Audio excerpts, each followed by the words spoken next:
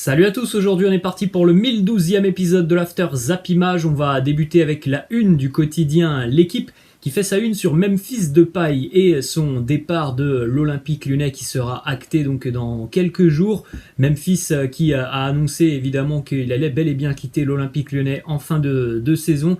Il va donc disputer son dernier match avec les Goons dimanche soir face à l'OGC Nice avec l'ambition d'aller chercher la victoire et puis dans le même temps d'espérer un résultat favorable du côté de Bollard. Tout le Racing Club de Lens reçoit l'AS Monaco. Voilà le dernier objectif de Memphis avant de quitter l'Olympique Lyonnais, ramener le club en Champions League. On le sait, l'OL n'a pas son destin en main. On a cette déclaration intéressante de Memphis sur son avenir. Il nous dit « C'est vrai que Barcelone a montré un intérêt pour moi, mais il y a d'autres clubs aussi. Je n'ai pas décidé de mon avenir. Je veux d'abord me concentrer sur l'Euro 2020. » Donc on aura certainement la réponse dans quelques semaines après donc avoir participé à l'Euro avec la sélection néerlandaise. Autre info du côté de l'Olympique Lyonnais, l'OL qui va tenter de se séparer définitivement de Joachim Andersen, joueur qui n'a jamais convaincu du côté de l'Olympique Lyonnais.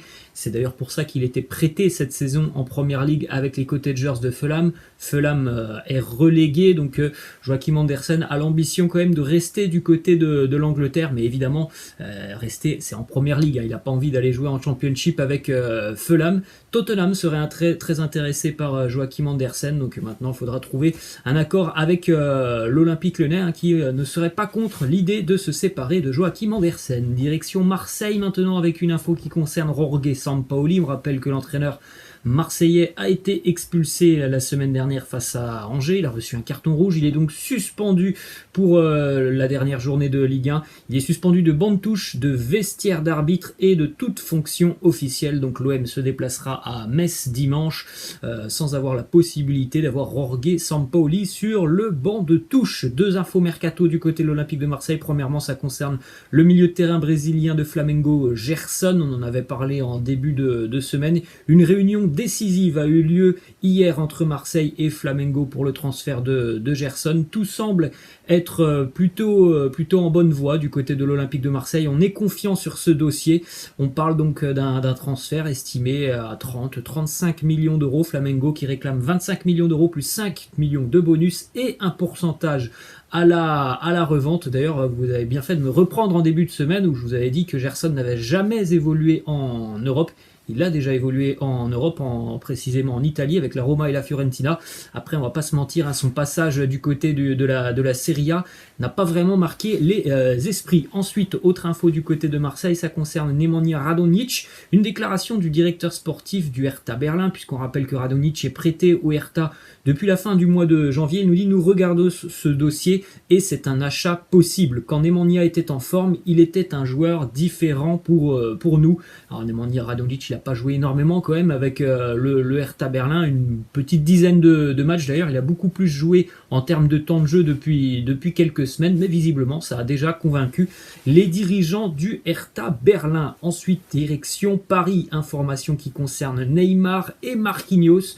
Les deux joueurs brésiliens du Paris Saint-Germain souhaitent participer aux Jeux Olympiques cet été. Le capitaine Marquinhos veut défendre son titre qu'il a acquis en 2016. On rappelle, lors des JO 2016, le Brésil s'était imposé avec une victoire en finale face à l'Allemagne. Et donc Neymar et Marquinhos veulent participer aux JO. Le gros problème, et ça on le sait, ça sera aussi la même chose pour Kylian Mbappé qui a déjà fait part de son intérêt de participer aux JO. C'est tout simplement que le Paris Saint-Germain n'est pas dans l'obligation de libérer ses joueurs pour participer aux JO, puisque les JO, ce ne sont pas une compétition labellisée FIFA. Donc le PSG n'est absolument pas dans l'obligation de libérer ses joueurs et ses internationaux pour participer à ce genre de compétition. Déclaration du sélectionneur brésilien André Jardim, sélectionneur évidemment de l'équipe olympique du Brésil. Il nous dit « On souhaite voir Marquinhos participer aux JO avec nous. Il fait partie des renforts de plus de 24 ans qu'on souhaiterait emmener avec d'autres joueurs pour disputer ces JO de Tokyo. C'est un joueur comme lui et comme Neymar dont on a besoin. Donc lui, il a l'air évidemment très très motivé à l'idée de voir les deux Parisiens rejoindre les rangs de la sélection brésilienne. Après, on l'a dit, ça sera quand même compliqué de convaincre le Paris Saint-Germain de laisser partir Marquinhos et Neymar déjà pour la Copa América. Ça c'est normal, ils vont participer à la Copa América, mais en plus de ça, leur rajouter, je crois, 10 ou 15 jours après les JO, je pense pas que le Paris Saint-Germain va être d'accord pour cette option. Petite info d'ailleurs, en 2016, on était quasiment dans la même situation du côté de Paris, et le Paris Saint-Germain avait d'ailleurs refusé la demande de Thiago Silva. Ensuite, on prend la direction de l'OGC Nice avec les Aiglons qui ne vont pas lever l'option d'achat de Rony Lopez. On rappelle que Rony Lopez est prêté par le FC Séville. Une saison en dents de scie pour Rony Lopez cette année avec les Aiglons. Victime de blessures, victime aussi de son irrégularité sur le terrain. Au final, il termine avec seulement 3 buts marqués, pas toujours utilisés dans de bonnes dispositions, notamment par Patrick Vieira. Donc voilà, il n'a pas convaincu du côté de Nice. Il va retourner déjà du côté du FC Séville. Après, il semblerait que le FC Séville soit enclin à l'idée de laisser partir Rony Lopez, qui lui aimerait, pourquoi pas, tenter une aventure en Première Ligue. Autre info qui concerne les Aiglons. En revanche, là, les Aiglons vont bel et bien lever l'option d'achat du défenseur du FC Barcelone, Jean-Claire Todibo. Un paiement de 8,5 millions d'euros suffira pour satisfaire les exigences du FC Barcelone. D'ailleurs, du côté du Barça, ça concerne aussi l'Olympique de Marseille, puisque Jorge Sampaoli serait très intéressé par le profil du jeune Junior Firpo. Le latéral du Barça de 24 ans ne devrait pas être conservé par les Catalans sur le mercato estival. Après, voilà, il faut aussi se dire que l'Olympique de Marseille n'est évidemment pas seul sur ce dossier. West Ham, l'Inter, le Milan, le Napoli, la Roma sont tous activement en train de suivre le dossier Junior Firpo. On poursuit avec cette information qui concerne aussi Sergio Agüero. On a les petits détails de son arrivée du côté de Barcelone. Ça sera certainement rendu officiel dans une dizaine de jours après la finale de la Champions League. Sergio Agüero va accepter donc l'offre de contrat du Barça qui court jusqu'en 2023. Avec un salaire inférieur à 10 millions d'euros annuels, le Barça a également confirmé que Memphis allait lui aussi recevoir une proposition de contrat jusqu'en 2023 ou 2024. Donc on peut penser quand même que le Barça va recruter offensivement et recruter intelligemment, puisqu'on le rappelle, les deux joueurs vont arriver gratuitement du côté de Barcelone. Ensuite, les infos du quotidien Sport qui annonce que le Barça a désigné certains joueurs de l'effectif comme intransférables et intouchables. Évidemment, en haut de cette liste, on a Léo Messi. On retrouve aussi quelques jeunes talents catalans comme Pedri, De Jong, Mingueza, Araujo, Ansu Fati, Ilex Moriba, et puis on a aussi le portier Marc-André Ter Stegen. Sinon, tout le reste de l'effectif catalan pourrait être amené à aller voir ailleurs sur le mercato estival. Direction l'Italie maintenant avec une information qui concerne les finances du champion d'Italie, l'Inter. Dans le dur d'un point de vue financier, l'Inter devait trouver au moins 200 millions d'euros pour subvenir à ses besoins.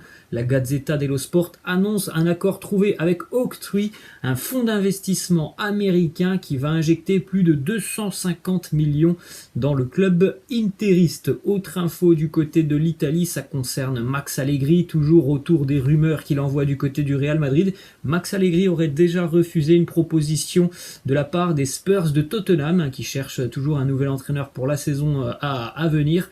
Dans l'idée et dans la tête de Max Allegri, la seule option pour lui, ça sera de rejoindre le Real Madrid. Il n'est intéressé que par le Real. On enchaîne avec une déclaration d'Harry Kane, très exigeant envers lui-même. Il nous dit « Je veux être le meilleur, je veux essayer d'atteindre le niveau que Ronaldo et Messi ont atteint. C'est mon objectif ultime, remporter des trophées saison après saison, marquer 50, 60, 70 buts chaque année. La pression que je m'inflige sera toujours plus grande que ceux que n'importe qui d'autre peut me mettre. » On rappelle que Harry Kane a des envies de départ et que du côté de l'Angleterre, il aurait l'ambition de rejoindre Manchester City. Ensuite, direction l'Italie avec une déclaration de Gigi Buffon qui se voit bien participer au Mondial 2022. Il nous dit « Je me sens toujours très fort, je ne veux de cadeaux de personne, mais je suis toujours le même. Voyons d'abord si et comment j'arriverai en décembre 2022.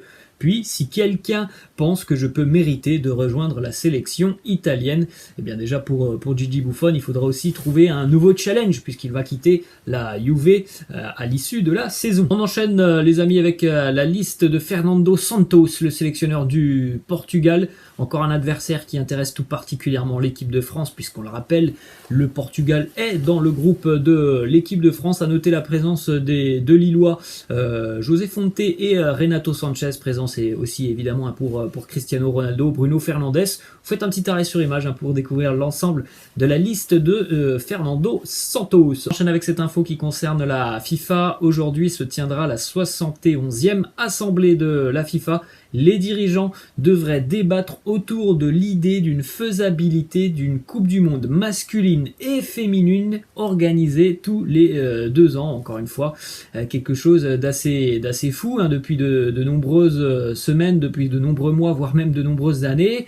On entend énormément de personnes, d'entraîneurs, de joueurs se plaindre du rythme des matchs, et voilà l'idée de la FIFA, organiser un mondial tous les 2 ans. Ensuite, on continue avec les statistiques de Petr Cech, la légende des Blues de Chelsea. Au cours de ses 11 saisons à Chelsea, Petr Cech a subi 1241 tirs et il en a arrêté 1000, ne concédant que 241 buts sur 11 saisons. En moyenne, il encaissait 22 buts par saison avec un pourcentage d'arrêt de quasiment 81% sur les tirs cadrés, 166 clean sheets pour Petr Cech. C'était son anniversaire hier, il a fêté ses 39 ans. Ensuite les amis, on va terminer cet épisode avec du côté déjà du Portugal, les images de Adil Rami qui était en larmes. C'était mercredi soir puisque son club de Boa Vista a obtenu son maintien en Liga NOS portugaise. Boa Vista qui s'est imposé sur ses 2 dernières journées pour aller chercher son maintien. Voilà la déclaration d'Adil Rami qui nous dit « J'ai la chance d'avoir remporté la Coupe du Monde, la Ligue Europa. Je ne suis ni portugais ni de Boa Vista, mais j'ai appris à connaître le club et le cœur des supporters. » Ensuite, on termine les amis avec cette petite question de fin. Si vous ne deviez choisir qu'un seul de ces numéros 10, eh bien laissez-moi en commentaire quel serait votre choix. Lionel Messi, Neymar, Ronaldinho, Zinedine Zidane. Je vous écoute, laissez-moi tout ça en commentaire. Voilà les amis, la fin de cet After Zappimage. J'espère que ça vous a plu. N'hésitez pas comme d'habitude à lâcher un petit pouce bleu. N'hésitez pas aussi à vous abonner à la chaîne. Je vous laisse, je vous dis à la prochaine. Ciao.